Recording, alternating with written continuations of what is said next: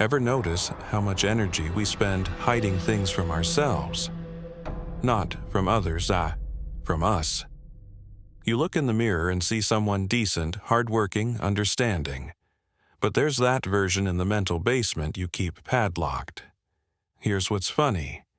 What you most fear becoming, the lazy one, the selfish one, the failure, might be exactly who you already are beneath the social mask. This isn't self-help, it's messy. It's that impulse to curse out your boss, to quit everything, to be cruel. You pretend it doesn't exist. Build a proper personality to compensate. Then spend your life running from your own reflection. Maybe I'm pushing it, but what if the person you avoid being is more real than this edited version? What if your true nature lives precisely in what you deny most forcefully? It's not comfortable thinking about this, but it's necessary. There's a place in your head where you shove everything that doesn't fit the story you tell yourself. It's cramped in there. Smells like old fear and rotting decisions you never made. You know what I'm talking about. That part of you that wanted to say something vicious during the family dinner but smiled instead. The part that fantasizes about walking away from everything while you're sitting in traffic pretending you're fine with your commute. We build these internal storage units for the versions of ourselves that scare us. The greedy one, the coward, the person who'd rather watch TV than be productive. What's strange is how much work this takes. You're constantly monitoring yourself, editing in real time. Someone cuts you off in traffic and for a split second you want to ram them, but you don't, you breathe. You tell yourself you're not that person. Except you are. You just had the impulse. The want was there, raw and immediate, before your civilized brain kicked in with traffic laws and consequences. So which one is the real you, the impulse or the restraint? Maybe both, maybe neither. I don't know. But here's what happens when you keep stuffing things in that closet. It gets full. You can't close the door anymore. Things start spilling out at weird times. You snap at your kid over nothing. You drink too much on a Tuesday. You sabotage your own relationships in ways you can't quite explain. It's the pressure. All that denied reality looking for an exit. And you're confused because you're supposed to be the good person, the controlled one, the adult. But the closet doesn't care about your self-image. It just keeps filling up. The industrial psychology people, the ones who study what makes workers productive, they stumbled onto this accidentally. Turns out people who suppress their actual personality at work for too long start breaking down in predictable ways. Burnout isn't just being tired. It's what happens when you've been someone else for so long you forget how to access who you actually are. Your body starts glitching, headaches, insomnia, that tightness in your chest that won't go away. You ever meet someone who seems perfect? Like unnaturally balanced and positive? There's something unsettling about them. They make you uncomfortable and you can't figure out why. It's because you can sense the pressure. You can feel how much effort it takes them to maintain that facade. There's violence under there. Chaos. All the human mess they refuse to acknowledge. And, on some level, you know, that closet is packed so tight it's going to explode eventually. The thing about denial is it requires constant energy. You're burning calories just keeping yourself convinced you're not the person you actually are. And for what? So you can fit into some social script about who you're supposed to be. So your parents can be proud. So your coworkers think you're stable. Meanwhile, the real you, the one with ugly thoughts and selfish impulses and moments of genuine cruelty, is in there pounding on the door, wanting out, wanting to be seen. We act like self-awareness is about knowing your strengths and values. That LinkedIn garbage. But real self-awareness, that's about opening the closet, looking at what you've been hiding from yourself. The greedy part, the lazy part, the part that doesn't care about other people as much as you pretend to. It's about seeing the whole picture, not just the highlights reel you show the world. And most people can't handle that. They'd rather keep the door locked and pretend the smell isn't coming from inside their own head. Here's the brutal part. You already know what's in there. You're not hiding it from yourself successfully. You're just pretending you don't know. Playing a game with yourself where you act surprised when the locked-away parts leak out. I don't know why I did that. Yes, you do. You know exactly why. You just don't want to admit that the person who did that thing is the same person who tries so hard to be good the rest of the time. Same person, same brain, no separation.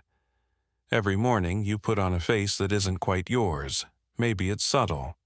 Maybe it's a complete transformation. But something shifts when you walk into that office or log into that Zoom call. Your voice changes, your laugh sounds different.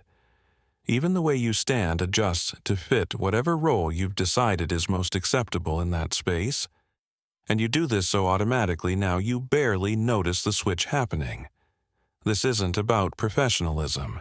This is about survival instinct dressed up as workplace etiquette. You've learned which parts of yourself get rewarded and which parts get you flagged as problematic. So you amputate accordingly. The skeptical part that questions whether any of this matters? Gone by 9 a.m. The part that resents taking orders from someone less intelligent than you. Buried under layers of, yes, absolutely, I'll get right on that. You become a personality designed by committee. Focus grouped for maximum palatability. Watch someone in a meeting. Really watch them. See how they perform agreement, the nodding, the strategic moments of enthusiasm, the careful way they phrase disagreement so it sounds like collaboration. It's theater. And the crazy thing is everyone knows it's theater, but we all agree to pretend it's genuine.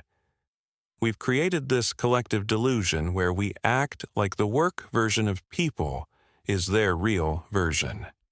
It's not. It's a mask. A very expensive, very exhausting mask that most people wear 40 to 60 hours a week. The problem isn't that we wear masks. The problem is we forget we're wearing them. You spend enough time pretending to be enthusiastic about quarterly targets, and somewhere along the way you start to believe that person is you. The real you, the one who finds most of corporate culture absurd and soul-crushing, gets pushed so far down you can't access it anymore even when you're home. Your personality becomes the mask. And the face underneath, you're not sure what that looks like anymore. I might be wrong about this, but I think most people sense the disconnect. They feel it in their body even if they can't articulate it. That exhaustion that's more than just physical tiredness. That feeling of being hollowed out. It's not the work itself. It's the constant performance of being someone you're not. It's metabolically expensive to maintain a false self. Your nervous system knows the difference even when your conscious mind has bought into the act. Here's where it gets darker. The mask starts making decisions. You turn down opportunities because they don't fit the persona you've built. You avoid certain people because they remind you of the parts you've suppressed. You make life choices based on what the mask would want, not what you actually want. And then you're 45, successful by every external metric, and you have no idea who you are anymore. The mask has been driving for so long you forgot you're not actually the mask. Some people try to solve this by having separate lives, work self and real self. But that just means you're split in half. Compartmentalized. Neither version gets to be whole. You're performing in both spaces now. The professional mask at work, the authentic mask at home. And in between. In those moments alone in your car or lying awake at 3 a.m., that's when you feel the gap. That's when you realize how much of your life is spent being someone else. The economics of this are interesting. Companies essentially pay you to suppress your actual personality and adopt one that serves their needs. That's what a salary is partly buying. Your agreement to not be yourself, to be productive, agreeable, team-oriented. All those words that mean, don't bring your real human messiness into this space. And most people take the deal. They need the money. They need the identity that comes with the job, so they trade their face for a mask and call it growing up. But your actual self doesn't disappear just because you ignore it. It's still there, still wanting things, still having reactions. You just don't have access to it anymore during business hours. And that creates this weird psychological split where you're constantly negotiating between what you actually think and what you're supposed to say. Most people don't even realize they're doing this negotiation anymore. It's become automatic. Muscle memory. The mask talks. The real self watches from somewhere behind your eyes, silent. You know that feeling when you catch yourself doing something and immediately feel sick? Not guilt, that's different. This is deeper, it's disgust. Like you've seen something repulsive and then realized you were looking in a mirror. That reaction is telling you something important. Most people try to shut it down immediately, distract themselves, rationalize it away. But that disgust, that's your psyche showing you exactly where your real self lives. Think about what actually disgusts you about yourself. Not the fake stuff you tell your therapist. The real stuff. The moments that make you want to crawl out of your skin. Maybe it's how manipulative you were in that conversation. How you used someone's vulnerability against them. How you felt pleasure at someone else's failure. How lazy you've been. How you've let yourself rot in front of screens while your life passes by. Whatever it is, that disgust is a map. It's marking the territory you've declared off limits to your conscious identity. Here's the thing about self-disgust. It only exists because you've decided those parts of you aren't acceptable. You've created a standard for yourself, usually borrowed from parents, religion, culture, whatever. And when you violate it, you feel disgusted. But the violation is you. The thing that disgusted you is something you did, thought, felt. It came from inside. So, what you're really disgusted by is your own nature, when it doesn't match your story about yourself. I don't know if this is true for everyone, but the most disgusting things about yourself are often the most real. They're unedited. They're what comes out before you have time to apply your civilized filter. You ever notice how self-disgust usually follows moments of pure honesty? You said what you really thought. You acted on what you really wanted, and then immediately felt repulsed by yourself because that truth doesn't fit the character you're trying to play. The standard psychological move here is to work on self-acceptance. Love yourself, forgive yourself, all that gentle shit. But maybe that's backwards. Maybe the disgust is trying to show you something more interesting, that you've been lying about who you are. Not that you need to accept your flaws. Maybe you need to accept that those flaws are actually core features of your personality that you've been at war with. Watch what disgusts you in other people. Really pay attention, that annoyance you feel when someone is openly lazy, when someone is shamelessly selfish. When someone admits they don't care about something they're supposed to care about, you're not just judging them. You're disgusted by them because they're displaying something you've forbidden yourself to display. They're being the thing you won't let yourself be. And seeing it in them triggers your internal alarm system because it reminds you that part exists in you too. This is where it gets uncomfortable. What if the things you're most disgusted by in yourself are actually your most authentic impulses, the ones you haven't trained out yet? Before society got its hooks in you, before you learned what was acceptable, you probably acted on those impulses naturally. A kid is selfish, lazy when they want to be, cruel sometimes, honest about not caring. Then we teach them to hide all that, to be disgusted by it, to build a personality on top of it that's more socially acceptable. So, you spend your adult life feeling disgusted by yourself whenever the real you slips through. And you think this means something is wrong with you, that you need to work harder at being good. But what if the disgust is just the sound of your false self trying to keep your real self locked away? What if every moment of self-disgust is actually a moment where your authentic nature tried to surface and your social programming slapped it back down? The really dark question is, what happens if you stop being disgusted? If you look at those parts of yourself without judgment, not to indulge them necessarily, but just to see them clearly. What if the manipulative part, the lazy part, the cruel part, what if those aren't aberrations but essential elements of who you actually are? And the disgust has just been the weapon you've used to keep yourself in line. There's someone in your life you can't stand. Maybe it's a coworker, maybe it's a relative, doesn't matter. What matters is the specific quality that makes you hate them. Really think about it. What exactly pisses you off? Their arrogance, their neediness, how fake they are, how they always play the victim. Now here's the part that's going to annoy you, that quality you hate in them. You have it too, you just can't see it yet. This isn't pop psychology. This is pattern recognition. The things that trigger you most intensely in other people are almost always things you've disowned in yourself. You've decided you're not that way. You've built your identity around not being that way. So when someone else displays that quality openly, it enrages you.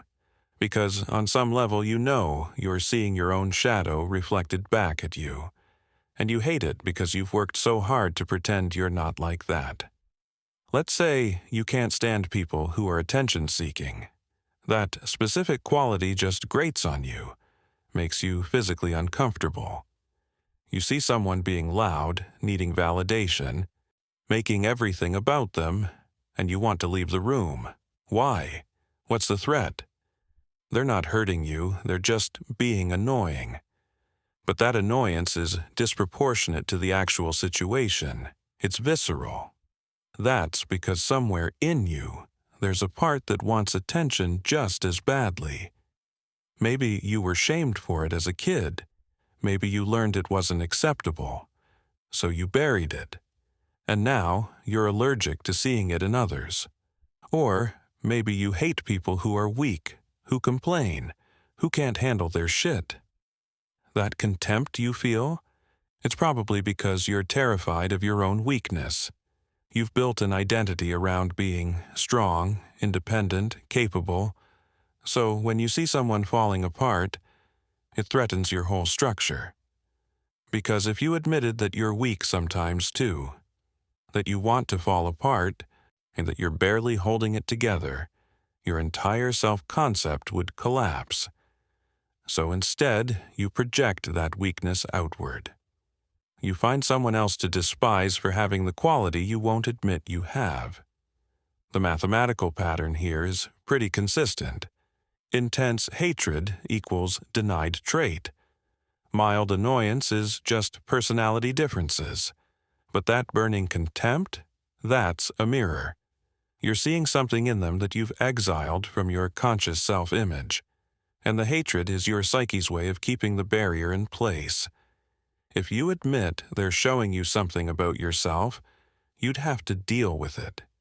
Easier to just hate them and maintain the illusion that you're fundamentally different. I could be completely off base here, but I think we choose our enemies very carefully.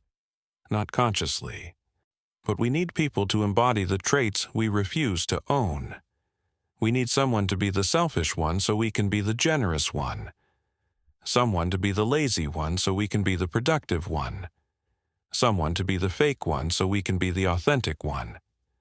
And we watch them with this mix of fascination and repulsion because we're basically watching a part of ourselves that we've disowned. They're doing the work of carrying our shadow for us. Here's a test. Think about that person you hate. Now, imagine you found out you were exactly like them in that way. How would that feel? If someone proved to you definitively that you're just as arrogant, or just as needy, or just as manipulative as they are. You'd resist it violently, you'd argue, you'd find evidence to the contrary. That resistance is the tell.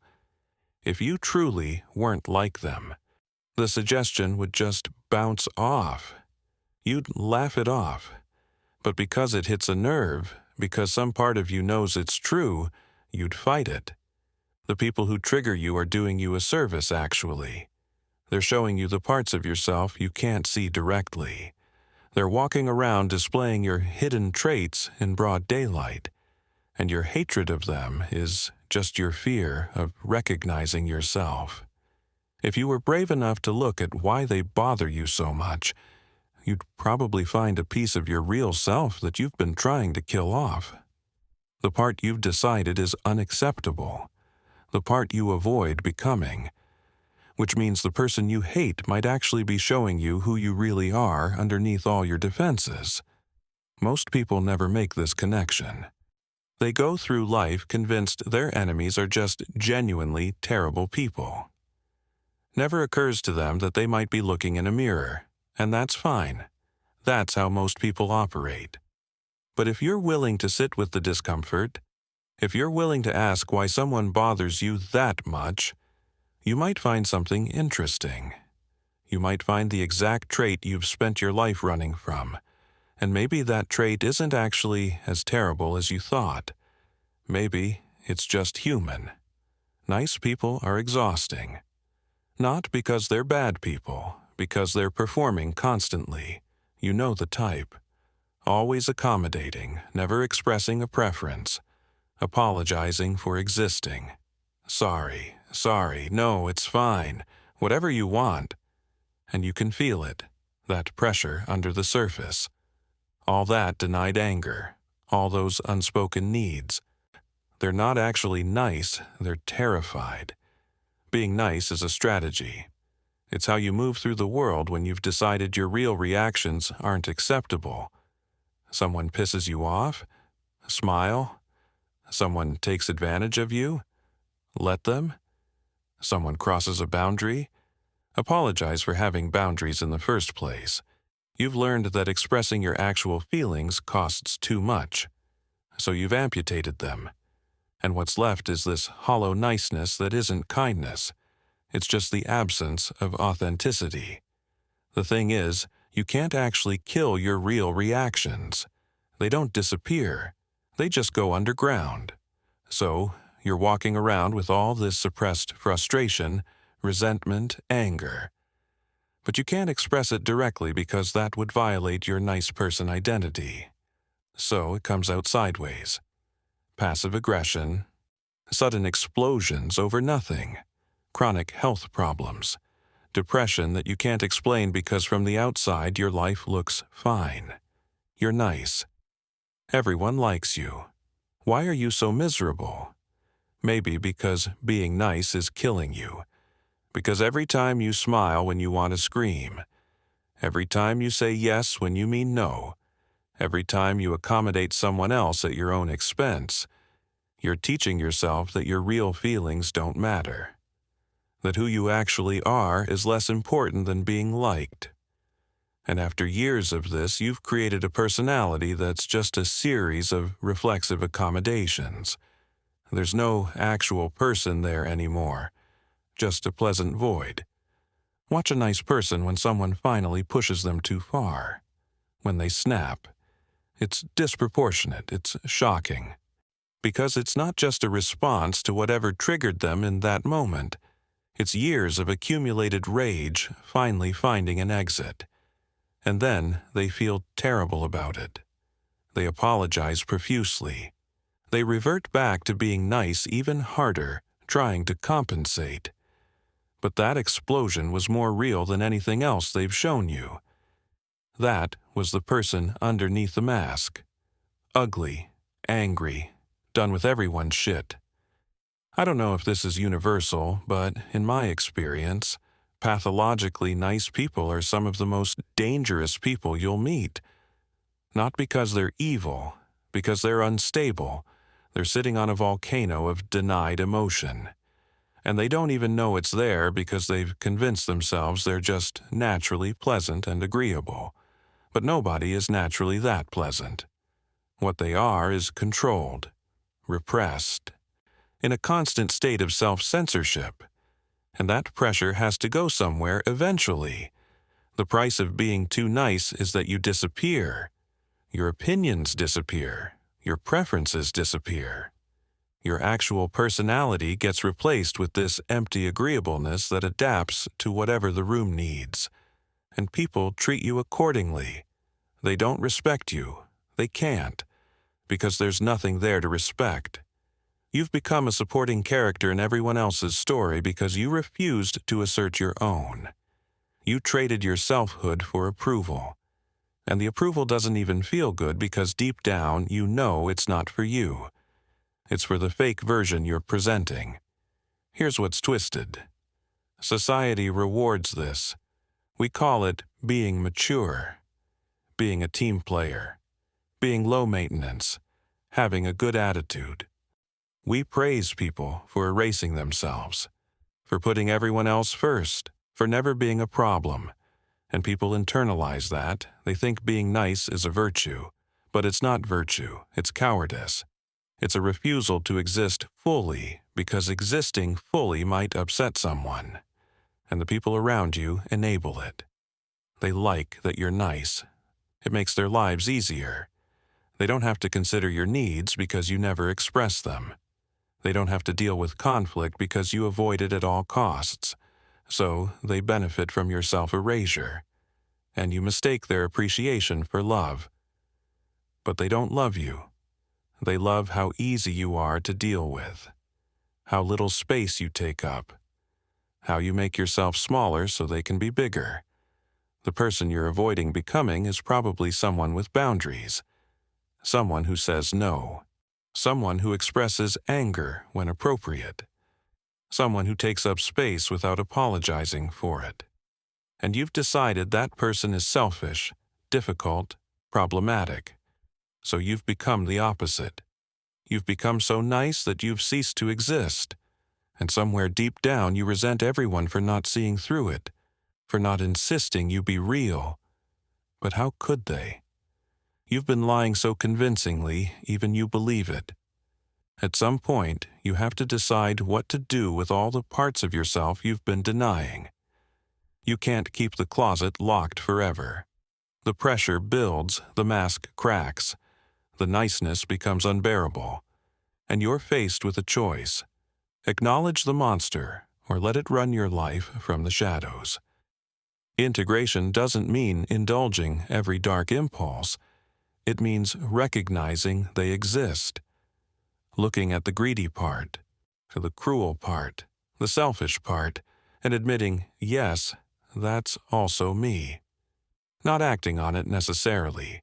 Just stopping the pretense that it's not there. Most people can't do this. They'd rather maintain the fiction that they're purely good, that the dark stuff is an aberration, a glitch, something to be fixed or medicated or prayed away. But what happens when you refuse to integrate? You become that person anyway, just unconsciously. The denied traits don't disappear. They operate without your awareness. You end up acting out the exact behaviors you claimed to despise, but you can't see it. Everyone else can. The parent who insists they're patient while their kids walk on eggshells. The person who prides themselves on authenticity while manipulating everyone. The one who thinks they're generous while keeping a mental ledger of every favor. These are people who refused to integrate. So their shadow is living their life for them. Making decisions, hurting people, all while their conscious mind maintains the story that they're someone else entirely. Integration is brutal because it requires you to give up your good opinion of yourself.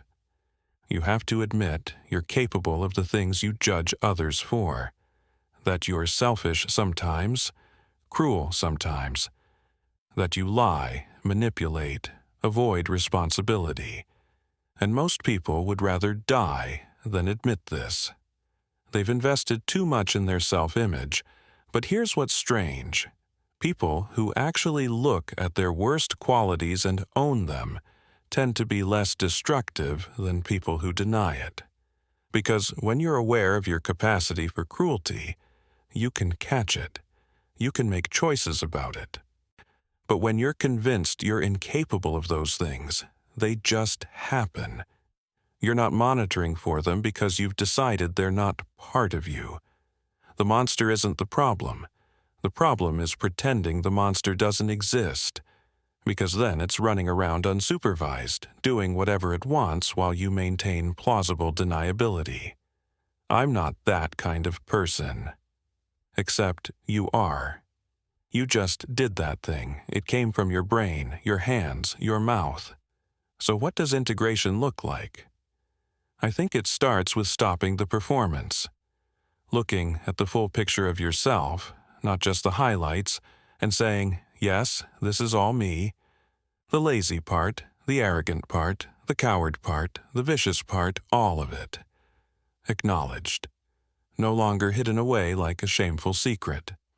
And maybe then you stop being afraid of becoming who you really are. Because you realize you already are that person. You've been that person all along. The person you've been avoiding becoming? That's not some future catastrophe you're preventing. That's your current reality you're denying. The energy it takes to maintain that lie.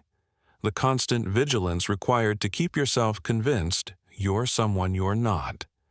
This isn't about becoming a worse person. It's about becoming a whole person. Which might mean becoming less nice, less agreeable, more difficult, more honest. Because wholeness isn't pretty, it includes everything, the good, the bad, the ugly shit you've been hiding. And most people would rather stay split, stay performing, stay safe. But safe from what? From being seen as you actually are. That's not safety. That's prison. You're locked in there with the monster, pretending it's not in the cell with you, while it slowly takes over everything from the inside.